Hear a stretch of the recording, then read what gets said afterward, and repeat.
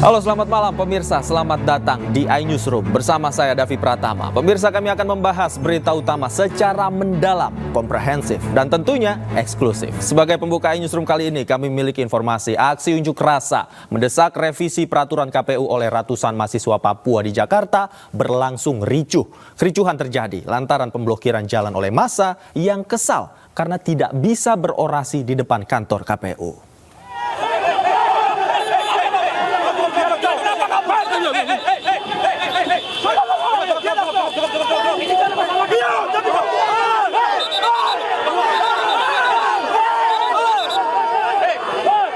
Kericuhan seketika pecah saat pengunjuk rasa dari Ikatan Mahasiswa Papua se-Jabodetabek dan Forum Orang Asli Papua melakukan aksi pemblokiran Jalan Imam Bonjol, Menteng, Jakarta Pusat.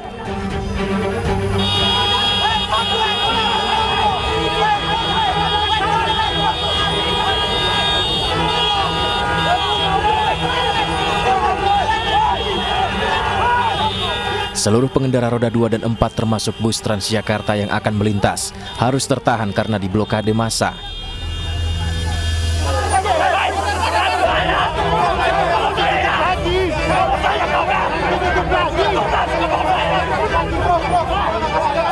Sempat terjadi ketegangan saat petugas kepolisian berusaha membuka jalur agar para pengendara dapat melintas. Namun massa kesal tetap bertahan melakukan pemblokiran jalan. Aksi ini dilakukan sebagai bentuk desakan mahasiswa dan pemuda Papua terhadap KPU agar segera merevisi peraturan KPU tentang pencalonan kepala daerah. Massa menuntut seluruh kepala daerah mulai dari wali kota hingga gubernur dijabat oleh putra asli Papua sesuai dengan Undang-Undang Nomor 21 Tahun 2001 tentang otonomi khusus bagi Provinsi Papua.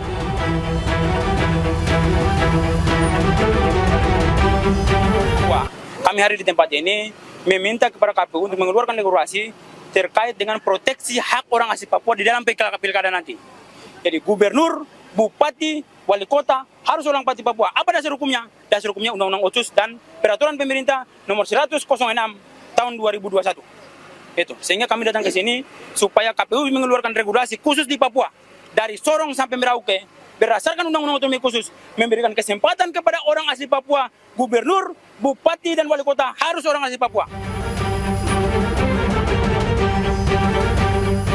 Meski KPU telah menerima perwakilan massa, namun massa mengancam akan kembali menggelar aksi yang lebih besar hingga tuntutan mereka terpenuhi. Dari Jakarta Pusat, Rani Sanjaya, iNews melaporkan. Aksi unjuk rasa terkait kebijakan tapera dari pemerintah terjadi di Jakarta dan Tangerang. Massa menolak tapera yang dinilai akan semakin memberatkan kaum buruh.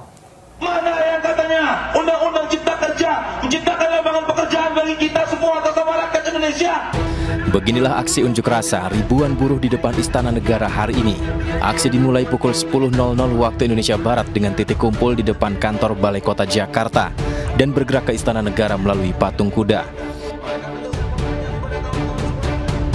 Aksi ini dilakukan gabungan buruh dari Jakarta, Bogor, Depok, Tangerang, Bekasi yang tergabung dalam sejumlah kelompok pekerja dari KSPI, KSPSI, KPBI, Serikat Petani Indonesia, dan Organisasi Perempuan Percaya.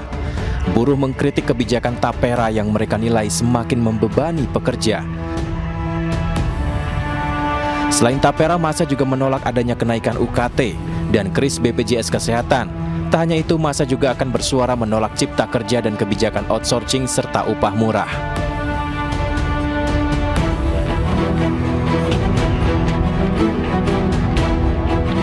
Sementara itu di halaman kantor Bupati Tangerang, Banten, puluhan buruh dari sejumlah serikat pekerja juga berunjuk rasa menolak kebijakan tabungan perumahan rakyat.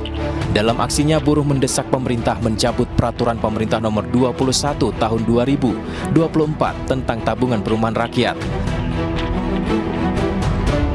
Buruh menilai beban-beban potongan-potongan gaji tidak sesuai dengan kenaikan upah kerja, apalagi kebijakan tapera seolah ada pemaksaan dari pemerintah. Kenapa kami menolak itu? Yang pertama adalah kenaikan upah dengan Undang-Undang Cipta Kerja itu tidak lebih besar dari 4%, gitu kan? Terus potongan-potongan wajib yang BPJS Kesehatan, BPJS TK, ketenaga pekerjaan semua yang kalau kurang lebih ada sekitar 12%. Kenaikan upah hanya 1,6% tahun ini, terus potongannya ada sekitar di atas dari 7%. Itu luar biasa, di luar pemikiran kawan-kawan buruh itu. Lalu yang kedua, saat ini pemerintah seakan-akan memaksakan itu, gitu kan, memaksakan banyak kawan-kawan buruh yang sudah punya rumah, gitu kan, terus harus dipotong lagi. Buruh berencana akan terus menggelar aksi unjuk rasa untuk menolak kebijakan Tapera. Dari Kabupaten Tangerang, Banten, dan Jakarta, Ayu Marani, Syahreza Zanski, Sadu Santo, iNews melaporkan. Pemirsa, Tapera jadi perhatian publik, khususnya para pekerja yang merasa keberatan upahnya dipotong dengan wajib. Penolakan diperparah oleh temuan BPK terkait dana peserta Tapera yang belum dikembalikan sejumlah ratusan miliar rupiah. Mana yang katanya undang-undang cipta kerja menciptakan lapangan pekerjaan bagi kita semua atas nama rakyat Indonesia. Program Tabungan Perumahan Rakyat atau Tapera menyita perhatian, menimbulkan polemik.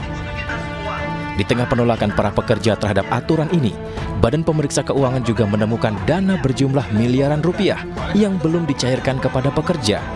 BPK menemukan fakta dana sejumlah 567,45 miliar rupiah belum dikembalikan kepada 124.960 peserta Tapera. Hasil audit BPK itu langsung memancing reaksi BP Tapera. BP Tapera menindaklanjuti temuan BPK tersebut dan mengklaim sudah melaporkan hasilnya kepada BPK. Tak hanya itu, hingga tahun 2024, pihaknya telah mengembalikan dana kepada 956.799 orang PNS yang selama ini upahnya dipotong.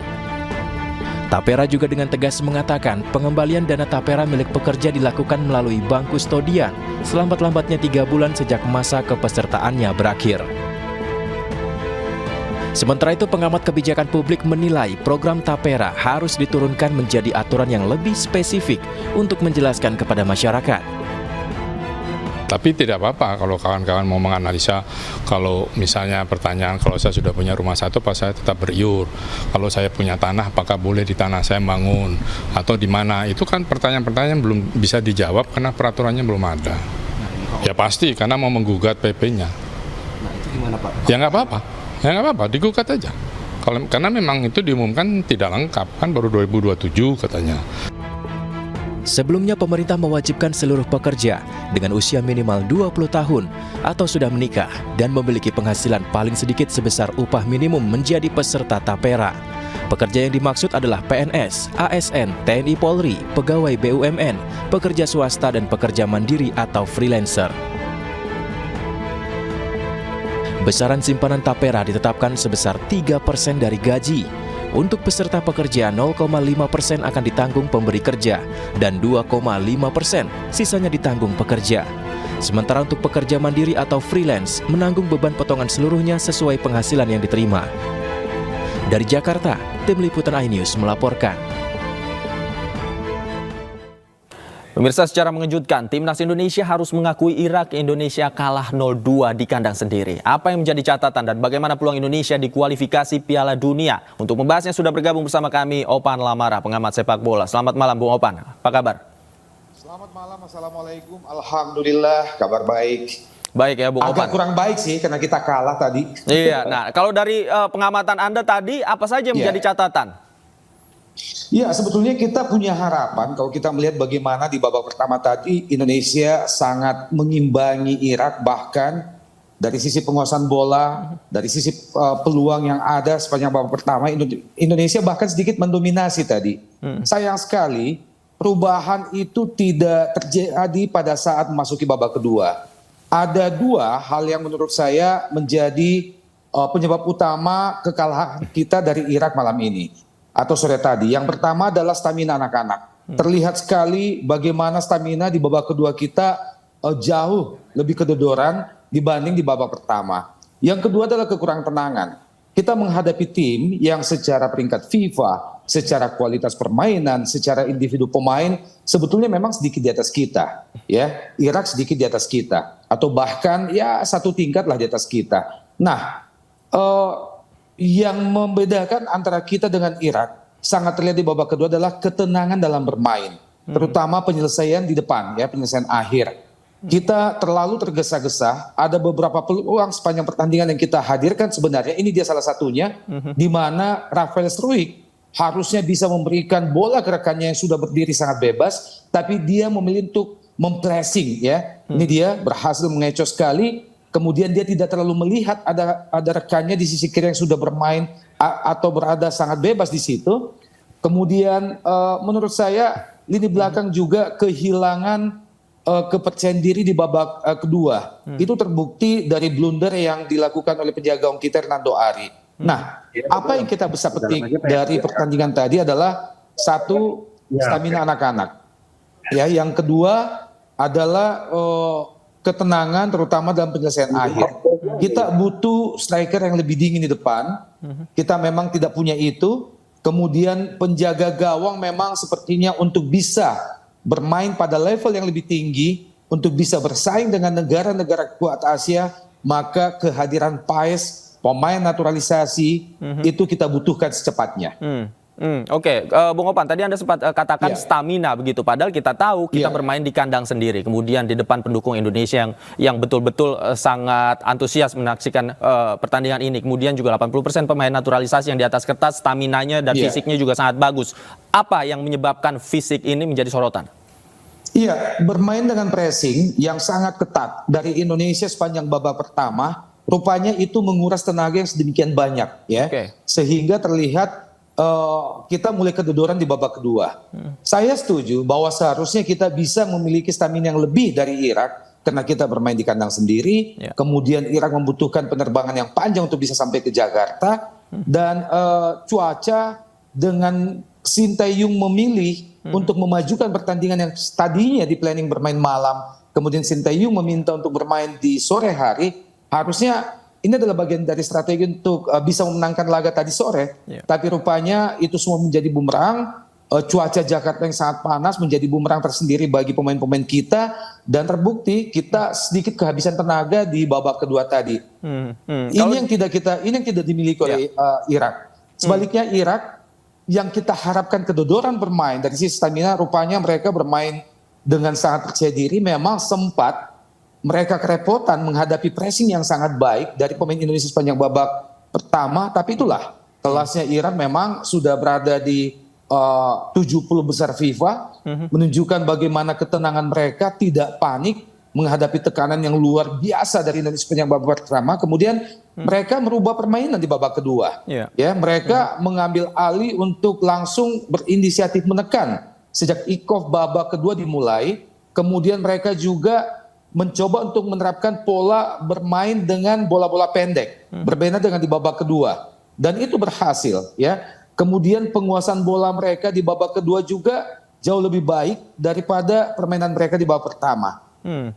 Kelas mereka terlihat di babak kedua tadi. Oke. Kalau kita lihat secara keseluruhan, bagaimana kerjasama khususnya di lini depan? Kita ketahui peluang-peluang baik dari Struijk, kemudian Orat Mangun yang terakhir harusnya bisa dikonversi menjadi gol, tapi juga gagal. Apa yang harus diperbaiki? Ya, itu yang saya komentarin di awal tadi, bahwa problem kita adalah ada dua, selain stamina, yang kedua adalah ketenangan dalam bermain, terutama di lini depan kita, ya. Begitu banyak peluang yang bisa kita lahirkan sepanjang babak pertama, tapi sekali lagi problemnya adalah ketenangan, kerjasama, saling percaya di lini depan, butuh jam terbang yang lebih lagi. Ada beberapa peluang di mana Struijk harusnya bisa mengeksekusi langsung, tapi dia memilih untuk memberikannya kepada temannya. Sebaliknya ada juga peluang di mana Struijk harusnya memberikan kepada temannya, tapi dia memilih untuk mengeksekusinya langsung. Dan ada sedikit kepanikan di depan saat kita sudah mulai membuka peluang, menghadirkan peluang di daerah pertahanan dari Irak. Ada kepanikan di situ. Ada kepanikan sehingga kita tidak bisa mengeksekusi peluang demi peluang secara lebih dingin, lebih meyakinkan. PR STY untuk bisa berkompetisi pada level yang lebih tinggi di Asia ini, apalagi jika nanti Indonesia lolos ke putaran keempat, putaran ketiga maksud saya. PR bagi STY adalah bagaimana menghadirkan pemain di lini depan yang bisa lebih menjanjikan peluang mengkonversikannya menjadi gol. PR lainnya adalah bagaimana meningkatkan stamina anak-anak dari satu laga ke laga yang lain. Dan yang terakhir adalah penjaga gawang. Kita butuh Paes secepatnya untuk hadir menjaga gawang Indonesia apabila kita ingin bisa berkompetisi pada level yang lebih tinggi di Asia. Artinya menghadirkan bagaimana striker yang bisa mengkonversi 100% peluang menjadi gol ini kan tidak hanya berasal dari naturalisasi pemain baru. Nah, bagaimana dengan pemain-pemain yang sudah ada? Bagaimana ini bisa dipoles agar meningkatkan kemampuannya dan mengkonversi peluang menjadi gol? Ya, sebetulnya kalau kita berbicara antara naturalisasi dengan pemain yang sudah ada sekarang, harus kita akui bahwa kita butuh pemain depan yang memang kelasnya itu sedikit di atas. Kalau kita sekali lagi, kalau kita ingin bersaing pada level yang lebih tinggi di benua Asia ini, apalagi jika kita ingin mimpi lolos ke putaran final Piala Dunia 2026, kita butuh. Tapi kalau targetnya kita hanya untuk bisa bersaing di Asia Tenggara, hanya untuk sekedar mengalahkan Vietnam, mengalahkan Thailand, maka materi pemain yang ada sekarang sudah lebih dari cukup. Sekali lagi, jika kita ingin bersaing pada level yang lebih tinggi, maka kita butuh pemain di depan yang kualitasnya juga lebih mumpuni. Ya, begitu juga di lini belakang. Kita butuh pemain yang bisa menjaga gawang Indonesia pada level yang lebih tinggi. Dan untuk itu kita sudah punya Paes sebetulnya. Tinggal bagaimana Paes bisa bermain bersama teman-temannya di Indonesia. Nah, lini depan yang kita butuh. Oke, lini depan yang kita butuh ya tentu saja ini bisa melengkapi semua ya skuad dari lini depan, tengah dan juga lini belakang di timnas Indonesia. Terima kasih. Satu lagi yang agak saya soroti dari strategi yang diterapkan oleh Sintayong tadi adalah Sintayong kembali menghadirkan perubahan strategi sama seperti yang dilakukannya dalam 3 tahun lebih, yakni tidak mencoba untuk menurunkan the winning team. Kita sudah punya the winning team saat kita mengalahkan Vietnam 2 kali berturut-turut. Yang saya agak soroti adalah Sintayong tidak menurunkan Asnawi Bahar sejak awal di lini kanan pertahanan Indonesia. Terbukti begitu masuknya Pratama Arhan, begitu Asnawi masuk, perubahan tekanan dari lini sayap Indonesia langsung terasa menyengat tadi.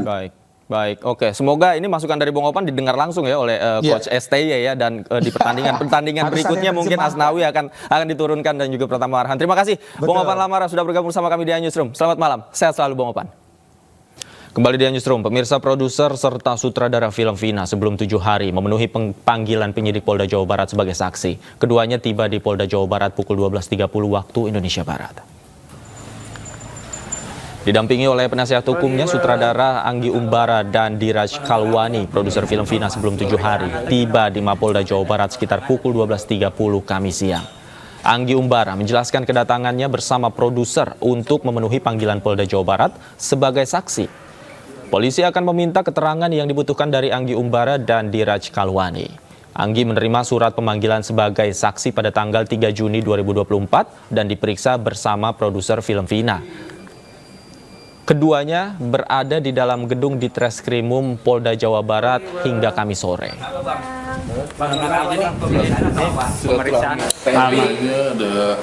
Saya dipanggil ke sini sebagai saksi untuk nggak tahu kasus dikasih surat film Vina, bukan filmnya, untuk kasus penyidikannya. Terkait alur cerita mungkin nggak tahu sih ya. Terkait pengungkapan mungkin Pak ya? Belum tahu sih, ini cuma dipanggil aja, terus saya datang. Surat itu masuk tanggal berapa Pak? Masuk ke mana? Masuk ke saya. Diterimanya? Diterimanya.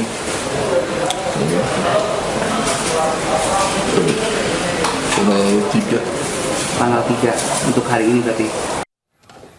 Sejak kasus pembunuhan Vina dan Eki kembali mencuat, keluarga Vina mengaku tidak berkomunikasi dengan keluarga Eki. Keluarga Vina mengaku kecewa lantaran komunikasi tersebut dibutuhkan untuk membantu mempercepat pengungkapan kasus ini. Sejak 3 minggu kasus pembunuhan disertai pemerkosaan sejoli Vina dan Eki mencuat, keluarga Vina nyaris tak berkomunikasi dengan keluarga Eki. Hal itu diungkapkan Marliana, kakak Vina, di rumahnya di Kelurahan Kesenden, Kota Cirebon, Jawa Barat.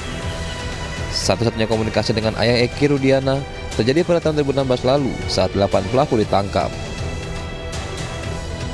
Marliana mengaku sempat berupaya melakukan komunikasi, namun usaha itu gagal lantaran tidak ada respon dari pihak keluarga Eki.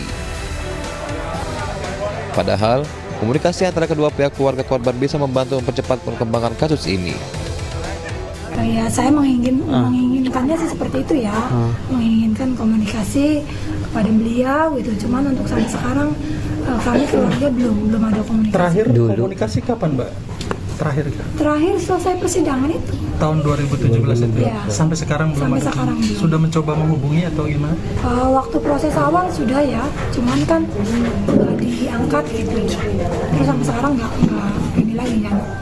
mencoba menghubungi. WhatsApp atau apa juga sama? Nggak ada sama sekali ya. Sementara pengacara keluarga Vina mengaku masih alasan hilangnya 2 DPO masih tanda tanya. Pasalnya, dalam amar putusan pengadilan tahun 2016 disebutkan ada 3 DPO dengan berbagai peran. Ya memang kalau menurut kita kan terlalu terburu-buru ya, hanya dalam waktu menentukan 2 minggu semua dinyatakan fiktif, sedangkan dari proses di awal 8 tahun lalu kan sudah jelas ada perannya masing-masing dan disebutkan di berbagai macam amar putusan itu kan sudah jelas ada 3 terduga DPO itu kan gitu. Sejauh ini sudah ada jawaban mengenai soal 2 orang yang fiktif ini? Belum, kita baru dapat jawabannya dari media, dari rilis yang dilakukan di Polda Jabar itu aja sih sebetulnya. Jadi belum ada rilis resmi lagi yang kita dapatkan. Keluarga Vina berharap kasus yang saat ini banyak memunculkan spekulasi bisa segera terang benderang, terutama soal dihapusnya status 2 DPO oleh kepolisian. Dari Cirebon, Jawa Barat, Toy Iskandar, iNews melaporkan. Pemirsa, kesaksian mengejutkan diungkap oleh Abi Budi Permana, mantan narapidana yang pernah ditahan di Lapas Kelas 1 Cirebon. Saat menjalani masa tahanan selama 5 tahun 2014 hingga 2019, Abi mengaku berinteraksi dengan para terpidana kasus Vina. Dalam pengakuannya, Abi mengatakan para terpidana kasus Vina mendapat perlakuan kekerasan oleh petugas agar mengakui perbuatan yang tidak mereka lakukan. Lantas bagaimana kesaksiannya lebih lanjut? Saat ini sudah bergabung bersama kami melalui sambungan Zoom Abi Budi Permana. Selamat malam, Kang Abi. Selamat malam.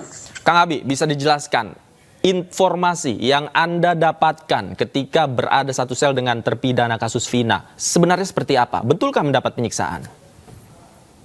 Jadi seperti ini, kalau saya itu kan adalah salah satu narapidana di Lapas 1 Kesambi Cirebon. Ya. Saya masuk tahun 2014, keluar tahun 2019, 5 tahun saya di dalam. Saya di dalam itu sebagai tamping masjid di dalam lapas tadi. Karena saya sebagai tamping masjid di lapas, maka setiap kali ada para tahanan yang masuk, itu pasti melalui saya, pasti ketemu dengan saya. Karena di lapas itu ada yang namanya program namanya Mapenaling, masa pengenalan lingkungan. Nah, napi-napi baru tadi berinteraksi sama saya secara langsung semuanya. Nah, setelah berinteraksi, napi-napi tersebut mengikuti program yang sudah ditetapkan di dalam lapas tadi, masa pengenalan lingkungan. Nah, kemudian saya kumpulkan dan saya bertanya, yang lapas dari kota Cirebon mana? Dikumpulkan lah dia. Oh ini, saya tanya kasusnya apa. Tapi kemudian saya memberikan satu pemaparan ke beliau bahwasannya hidup di dalam penjara itu mesti rasional.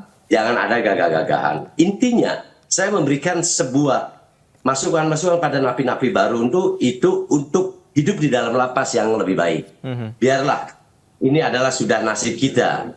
Iya Pak, betul ya, kata dia juga. Nah, kalau waktu saya kumpul orang Cirebon nih, Anda kasusnya apa? Saya tanyakan itu, saya kasusnya pembunuhan Pak, katanya.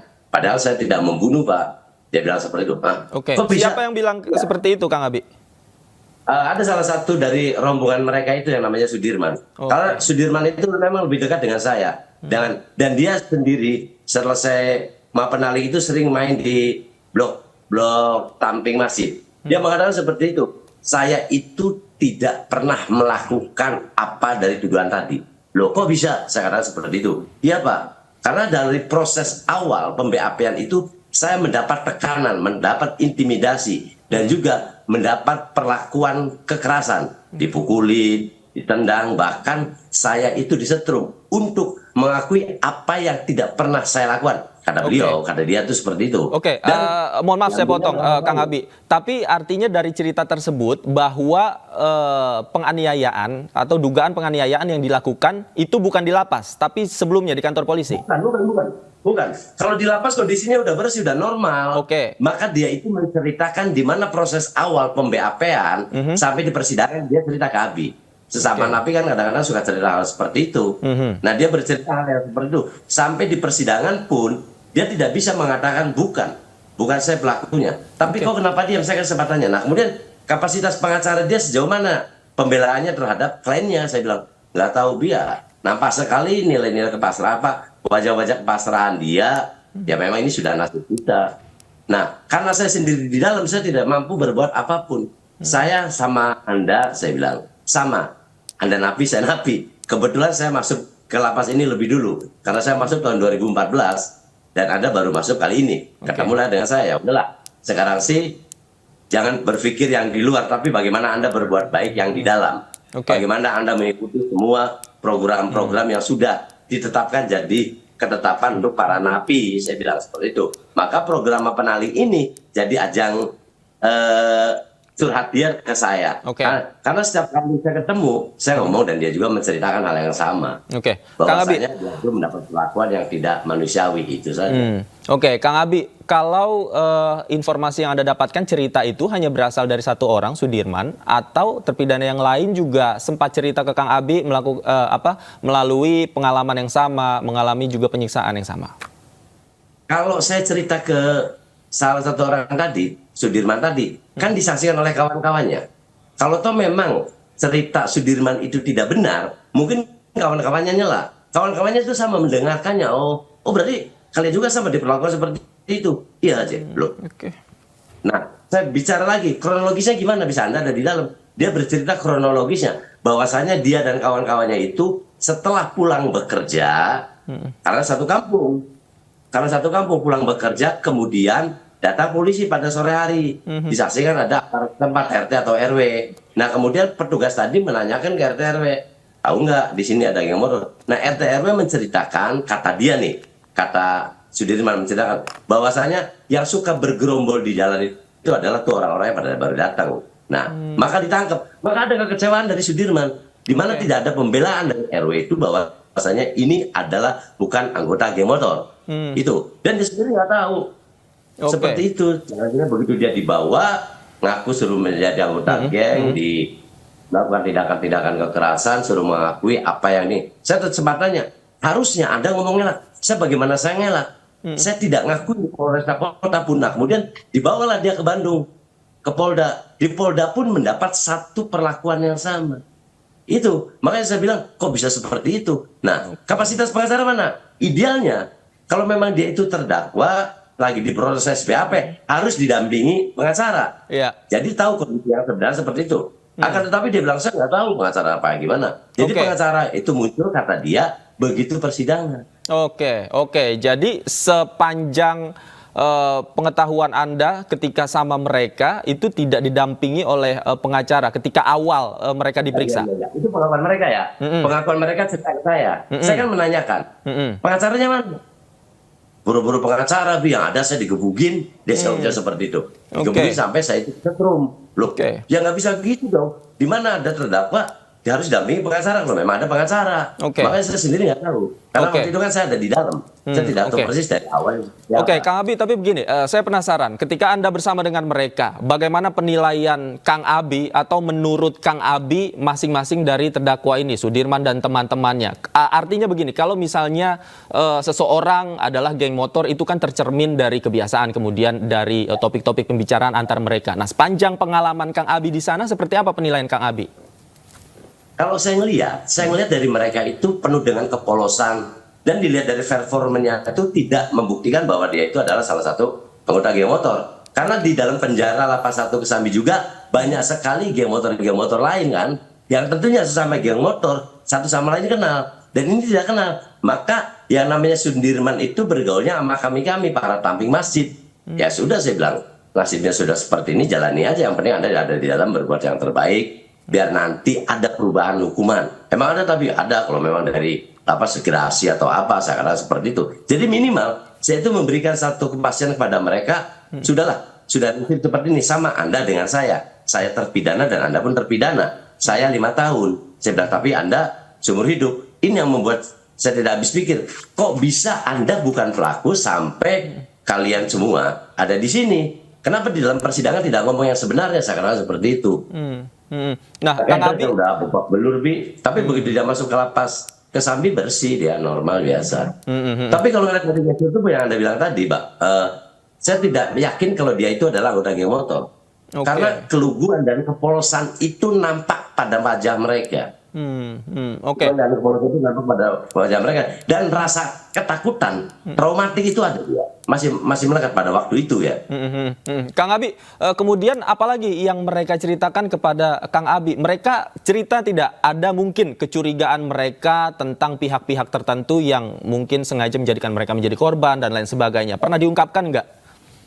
Alhamdulillah tidak. Dia itu bercerita ke saya dari proses penangkapan sampai proses persidangan sampai ketemu saya di lapas 1 Kesambi. Itu yang dia ceritakan. Dan dia tidak pernah menyebut nama atau siapapun mengaitkan itu. Bahkan dia sendiri nggak ngerti, nggak tahu. Cuma itu aja. Dari proses tadi.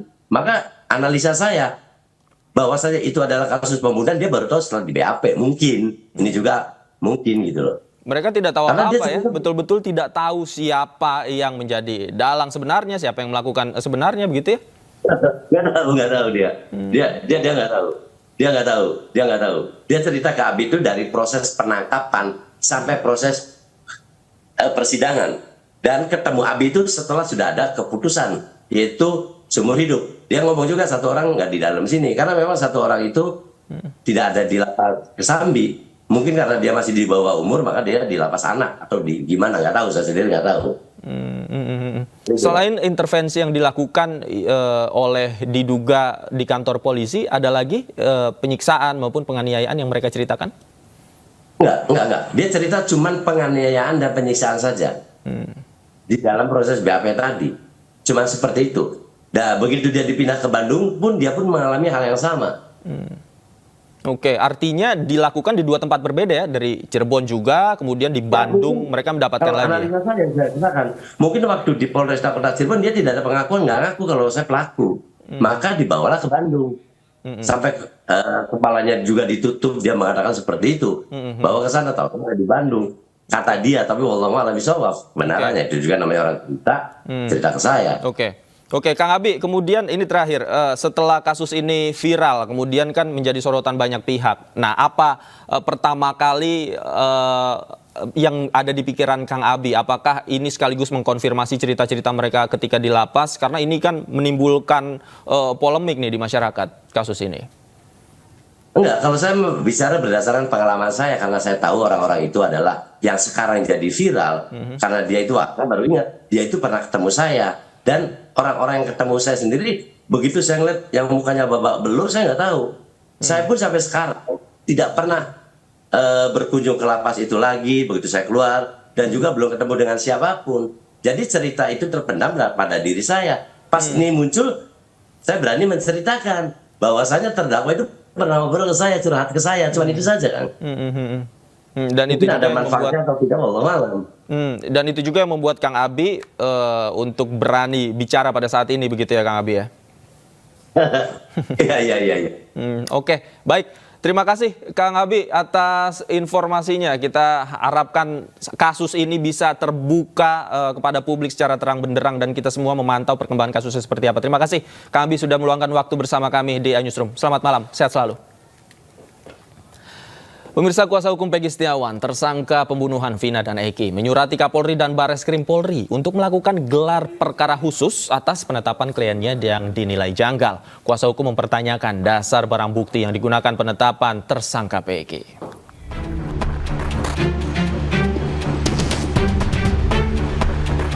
Kuasa hukum Peggy Setiawan alias Peron tersangka pembunuhan sepasang kekasih Dewi Arsita Vina alias Vina dan Muhammad Rizky Rudiana alias Eki yang terjadi tahun 2016 silam di Cirebon, Jawa Barat, mendatangi Bareskrim Polri.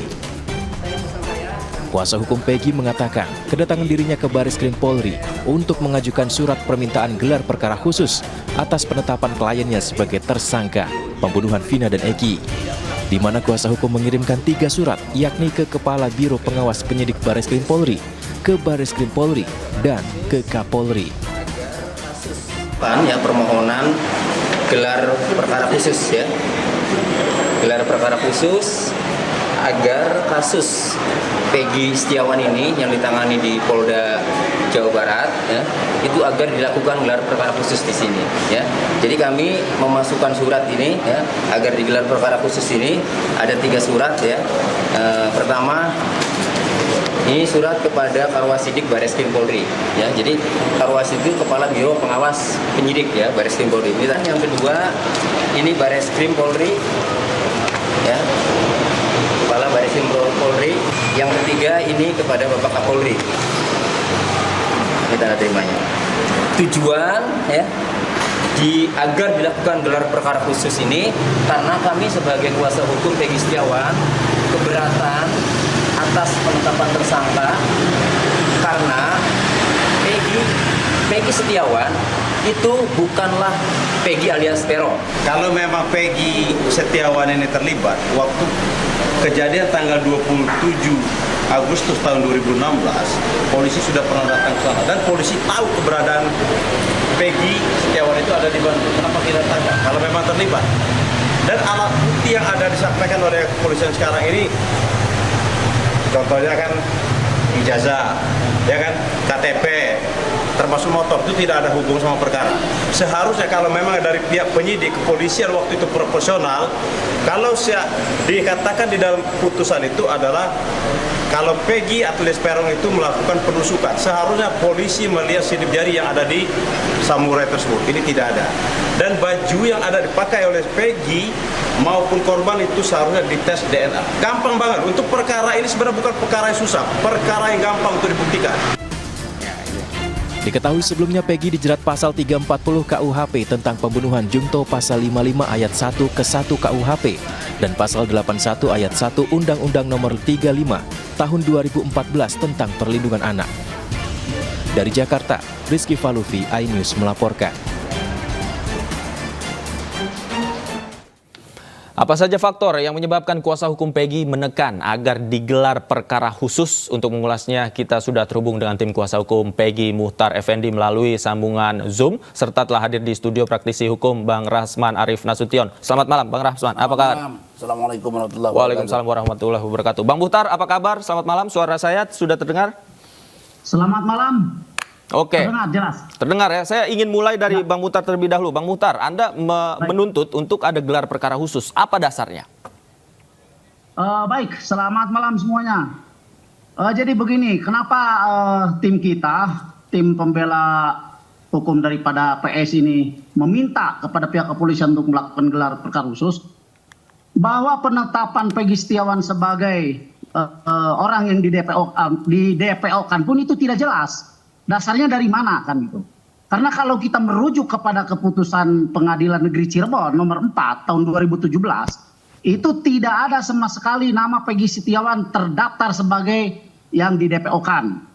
Apalagi setelah 8 tahun kemudian, tiba-tiba Peggy Setiawan yang nyata-nyata namanya tidak terdaftar dalam daftar DPO, ditangkap pada tanggal 21 Mei 2024. Sehingga tim kuasa hukum daripada Peggy Setiawan menganggap bahwa memang ini perlu diadakan gelar perkara khusus untuk memperjelas siapa sebenarnya pelaku yang diduga oleh polisi sebagai otak atau dalang pembunuhan. Oke, dan Anda yakin bukan Peggy ya? Saya sangat meyakini bahwa klien kami bukan otak daripada pembunuhan. Oke, Bang Rasman, tanggapan Anda? Baik, terima kasih. Selamat malam, Bung Mukhtar. Selamat malam. Saya baru aja nyampe ini dari Bandung. Saya tadi berkunjung ke Ditreskrimum Polda Jawa Barat dan saya bertemu dengan posko pengaduan di sana. Kemudian berkoordinasi dengan penyidik dan saya tidak bertemu dengan Dirkrimum dan atau petinggi yang lain di Polda Jabar. Saya memberikan beberapa data hasil tracking dari Ranlofom dan tim saya dan kita coba mengkonfirmasi beberapa hal yang pada intinya semakin meyakinkan saya bahwa ada dugaan kuat bahwa saudara Peggy ini diduga adalah pelaku yang dimaksud dalam DPO dimaksud. Indikasinya ada? Indikasinya ada dan indikatornya juga ada.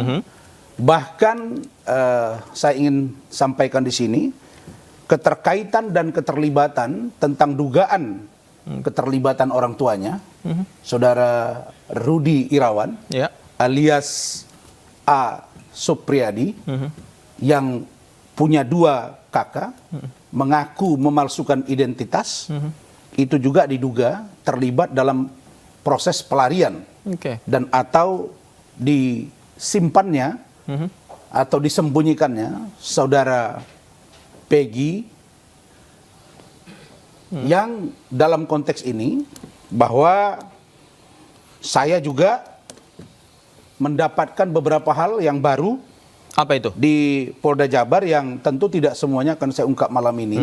Yang penting tapi apa itu? Yang pasti bagi saya adalah bahwa polisi akan on the track dalam penanganan kasus ini. Dan saya menghimbau agar tidak besok, agar tidak besok polisi disalahkan lagi. Sebaiknya sejak 2 minggu bahkan masuk minggu ketiga untuk melakukan pra peradilan itu kok tidak kunjung jadi gitu. Saya belum dapat informasi hari ini mereka mendaftarkan gugatan pra peradilan. Sedangkan dalam teori hukum yang kita pahami, saya dapat masukan dari teman-teman yang paham hukum bahwa apakah tidak dalam proses debatable tentang seorang DPO yang ditangkap, putusan pengadilan, lalu kemudian dapat mengajukan pra peradilan. Itu konsep hukum pertama. Yang kedua, dengan meminta gelar perkara khusus kepada Bapak Kapolri terkait dengan tersangkanya saudara Peggy, maka saya juga meminta agar teman-teman, kalau ini memang 2 jalur yang dipakai, agar bergerak cepat. Jangan karena banyak orang lalu kemudian menjadi informasi yang liar dan tidak fokus atau tidak konsentrasi. Kemudian saya menanggapi saudara Mukhtar ini bahwa tadi saudara Mukhtar mengatakan bahwa tidak jelas identitasnya, kenapa dia ditangkap, dan siapa yang menyatakan dia sebagai pelaku, lalu kemudian mereka minta gelar. Minggu lalu semua mengatakan bahwa itu putusan pengadilan. Putusan pengadilan itulah yang jelas bahwa ada 3 orang DPO. Dan salah satu DPO itu polisi melihat, menggelar, mendalami, itu keyakinannya mengarah pada saudara Peggy. Jadi jangan ambivalen kalau memberi keterangan gitu. Baik. Dan ketika Peggy ditetapkan, ini menggugurkan status 2 DPO yang lain gitu ya. Nah, nanti tidak juga gugur. Yang saya lihat polisi tidak menggugurkan. Polisi tidak menggugurkan 2 DPO yang lain. Tapi polisi berdasarkan keterangan para tersangka, para terpidana yang sekarang, mereka mengkerucut kepada satu nama, yaitu saudara Peggy Setiawan. Hanya satu nama, hanya Peggy. Baik, tanggapannya Bang Muhtar. Kita namun usai jeda Bang Muhtar, kita kasih kesempatan usai jeda, diskusi masih akan kita lanjutkan usai jeda berikut. Pemirsa jangan kemana-mana, tetaplah di Newsroom. Kembali di Newsroom, pemirsa, saya masih bersama dengan Bang Rahman dan Bang Muhtar. Saya ke Kang Muhtar. Kang Muhtar, tadi dikatakan bahwa indikator-indikator dari data yang Bang Rasman temukan dari Polda Jawa Barat itu secara spesifik sudah menunjukkan bahwa Peggy ini adalah salah satu pelaku, bahkan cenderung menjadi otak dari peristiwa ini. Tanggapan Anda? Baik. Saya sebelum berbicara lebih banyak, mohon maaf Bung Rasman ya, saya ingin mempertanyakan legal standing Bung Rasman itu dalam kasus Peggy ini apa? Itu yang pertama. Karena dari beberapa pernyataan Bung Rasman di beberapa media, selalu tendensius memojokkan klien kami, Peggy Setiawan alias PS. Itu yang pertama. Kemudian yang kedua, kalau Bung Rasman pelajari berkas persidangan tahun 2017, ya, dari dakwaan jaksa, memang disebutkan ada nama Peggy, tapi bukan Peggy Setiawan. Itu adalah Peggy alias Peron. Kemudian beberapa terdakwa mencabut pernyataannya dengan alasan bahwa mereka membuat BAP di bawah tekanan. Dari 23 saksi fakta persidangan tentunya, tidak ada satupun yang menyebut Peggy Setiawan. Ingat itu. Kemudian yang dari 2 saksi BAP juga tidak menyebut nama Peggy Setiawan. Oke, baik. Dari 21, tunggu dulu. Mohon maaf, biasa jelas dulu ya. Ya, silakan. Dari 21 bukti tertulis tidak ada satupun yang mengarah kepada Peggy Setiawan. Dari 24 barang bukti tidak ada satupun yang mengarah ke Peggy Setiawan. Nah, kemudian kenapa pada saat persidangan BAP yang dibuat oleh para terdakwa dicabut oleh para terdakwa, tetapi kemudian majelis hakim memberikan putusan dengan tetap mencantumkan 3 DPO yang nyata-nyata di dalamnya juga tidak ada nama Peggy Setiawan. Karena majelis hakim pada saat itu merujuk dan mengambil alur cerita peristiwa pidana yang disampaikan oleh JPU. Kemudian setelah itu tanggal 11 Mei 2024, setelah viralnya film Vina Sebelum 7 Hari, penyidik Polda Jabar mendatangi Saka Tatal. Ingat itu ya. Penyidik memperlihatkan 3 foto kepada Saka Tatal. Saka Tatal dengan nyata menyatakan bahwa tidak kenal yang ada di 3 foto itu. Nah, kemudian setelah 21 Mei 2024, Peggy Setiawan atau PS klien kami itu ditangkap. Sehingga Saka Tatal di hadapan media menyampaikan bahwa apa yang disampaikan oleh penyidik atau polisi pada saat itu sangat berbeda dan tidak ada satupun yang mirip dengan Peggy Setiawan atau PS klien kami. Baik. Nah, Baik, kemudian selanjutnya mau kenapa saya bilang Bung Rajwan terlalu tendensius? Karena di satu sisi Bung Rajwan memojokkan klien kami yang belum terbukti kesalahannya, belum terbukti secara hukum, tapi juga Bung Rajwan mengaitkan ya identitas orang tuanya dengan klien kami. Itu kan sangat terlalu tendensius kalau menurut saya ya. Baik, Bang Rasman saya kasih kesempatan. Terima kasih Bung Mukhtar. Saya kira kalau pertanyaan Anda itu justru itu sangat tendensius buat saya. Saya ini adalah praktisi hukum yang kadar intelektualnya tentu sudah diuji oleh beberapa TV dan pengamat di negara ini. Nah, kalau begitu Anda tanya juga, kenapa bisa tampil Johnson Panjaitan? Kenapa bisa tampil Edi Hasibuan, Kompolnas? Jangan tanya itu. Mungkin Anda juga nanti kalau sudah dilihat oleh banyak pihak kemampuan dan intelektual saudara, Anda juga akan diundang gitu. Itu satu poin. Tapi untuk mematahkan itu gampang.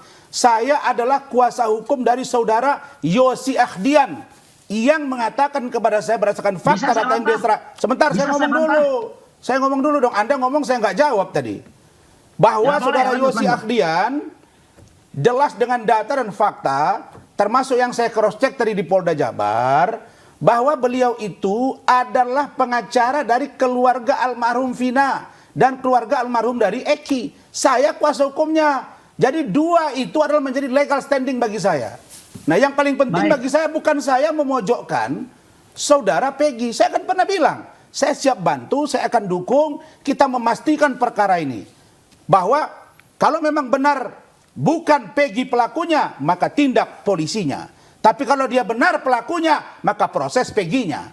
Itu saja kepentingan saya. Saya tidak mau kita gaduh di mana-mana, ribut bertengkar. Kenapa? Karena saya ingin tahu bahwa film ini seperti apa. Anda tahu ya bahwa beberapa poin yang saya sampaikan itu sudah berjalan di kepolisian.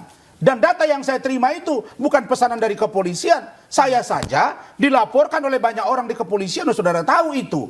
Tetapi saya memakai jalur yang benar.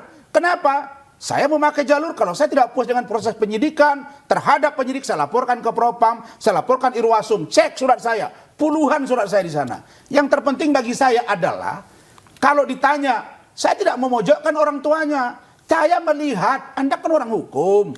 Alat bukti itu 5. Di antaranya, salah satu poinnya adalah petunjuk. Nah, saya melihat perubahan identitas. Nama kakak dari orang tuanya yang begitu lugu kelihatan membuat saya curiga bahwa dia termasuk orang yang menyembunyikan anaknya. Rangkaian itulah yang saya lihat. Kemudian masalah Anda bilang nama kalian keberatan Peggy Setiawan, bukan Peggy Peron. Nah, saya sekarang kembalikan. Anda tahu nggak bahwa Peggy itu berubah nama di Bandung dengan nama Robi. Diakui oleh Lucy kakaknya. Nah, itu diakui. yang saya bilang. Tunggu Itu yang saya tunggu bilang. dulu. Bung Rasman terlalu tendensius Tuh, loh, terhadap kok tendensius? klien kami. Kan Nah, Anda bilang tadi keberatan Peggy, bukan Peggy Setiawan tapi Peggy Peron. Nah, sekarang saya tanya, di Bandung itu nama Peggy itu berubah menjadi Robi. Kenapa Anda tidak keberatan dengan itu? Logika berpikir jangan dibalik-balik. Dijawab, Bang Muhtar, silakan. Bang Muhtar dijawab. Silakan. Baik. Iya. Nah, kenapa saya menanyakan legal standing Bung Rasman? Di media, Bung Rasman menyampaikan sebagai PH-nya Yosi Ahdian. Ya. Saya tahu itu. Nah, yang jadi pertanyaannya, Yosi Ahdian itu kan memang PH daripada orang tua Eki dengan orang tua Vina. Berarti benar ya dia pengacaranya, benar ya? Benar PH-nya ya? Tunggu dulu, saya juga nggak nyangka tadi. Ya, dipercepat, Bang Muhtar, silakan. Bukan saya sanggah, memastikan aja Bapak. Nah, ini 2016 Yosi Ahdian itu adalah PH daripada orang tua almarhum Eki dan orang tua almarhumah Vina. Oke. Baik.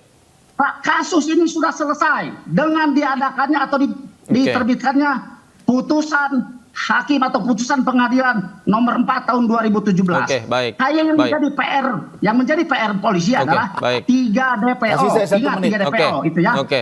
Ya. Baik. Nah, jadi artinya permasalahan yang ada ini sebetulnya permasalahan yang ada ini sebetulnya tinggal bagaimana caranya pihak kepolisian menyelesaikan yang 3 DPO itu. Oke, baik. Tetapi sayangnya, baik. tunggu dulu, mohon izin. Baik, waktu kita durasi kita terbatas, dipercepat Bang Muhtar, siapkan. Baik. Oke, saya loncat dulu.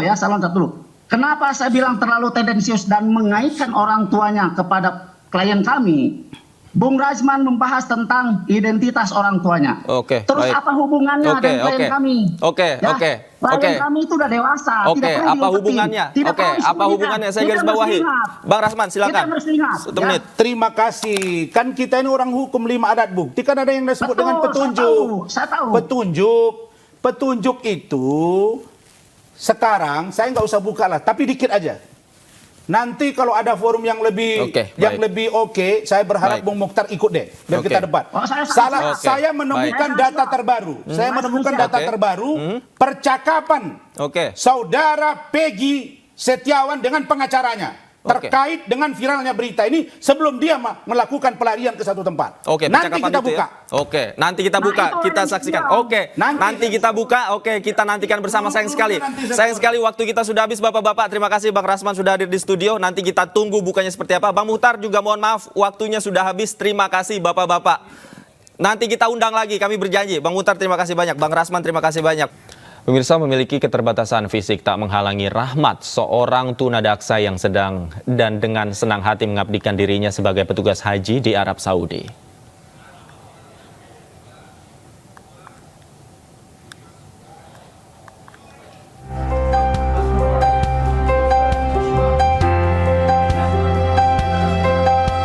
Inilah sosok Rahmat, pria asal Lampung Barat yang mengabdi sebagai petugas penyelenggara ibadah haji atau PPIH 2024. Rahmat terlahir tunadaksa, namun ia tak pernah merasa rendah diri. Senyum sumringah Rahmat menjadi ciri khas saat menyambut para jemaah calon haji Indonesia. Dengan sigap dan cekatan, Rahmat yang bertugas di bagian akomodasi memindahkan koper-koper milik jemaah yang menjadi tanggung jawabnya. Ia juga memastikan para jemaah merasa nyaman dan terpenuhi kebutuhannya selama berada di tanah suci. Walau harus menghadapi beragam karakter jemaah, namun ia tetap bersyukur dan selalu melayani mereka dengan ramah. Yakinlah bahwa di setiap kekurangan pasti ada kelebihannya. Mungkin teman-teman yang terlihat sempurna pun pasti ada kekurangannya, dan mungkin justru kita yang nampak kekurangannya ini justru harus bersyukur, karena kekurangan kita sudah nampak, artinya kita bisa menghandle itu. Kekurangan kita sudah nampak, tinggal kita munculkan kelebihan kita aja. Dari Makkah, Arab Saudi, Suhud Nur Fadli, iNews, anggota Media Center Haji 2024 melaporkan. Pimpinan MPR RI menggelar silaturahmi kebangsaan dengan sejumlah tokoh bangsa di Gedung Nusantara 2 Senayan, Jakarta. Kali ini pimpinan MPR bertemu dengan Amin Rais yang merupakan Ketua MPR periode 1999-2004.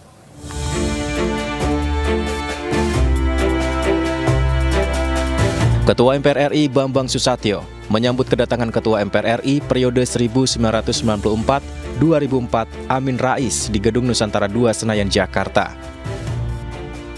Bambang Susatyo mengatakan, pertemuan antara pimpinan MPR dengan Amin Rais membahas kondisi situasi politik dan demokrasi saat ini, termasuk rencana menyempurnakan amandemen Undang-Undang Dasar 1945. Kita menjadi perhatian kita semua dan beliau menegaskan, walaupun beliau telah meletakkan perubahan atas Undang-Undang Dasar, mulai dari amandemen pertama hingga keempat, beliau tidak keberatan untuk Undang-Undang Dasar ini disempurnakan kembali untuk mengembalikan cita-cita para pendiri bangsa, mewujudkan Indonesia yang sejahtera, adil, dan makmur. Amin Rais juga menjelaskan saat dirinya menjadi Ketua MPR dan melakukan amandemen hingga 4 kali. Menurut Amin, undang-undang harus disesuaikan dengan perkembangan zaman. Melakukan 4 kali tahapan amandemen itu ya alhamdulillah sesuai waktu itu. Tapi itu lebih satu generasi yang lalu, tentu sudah berubah.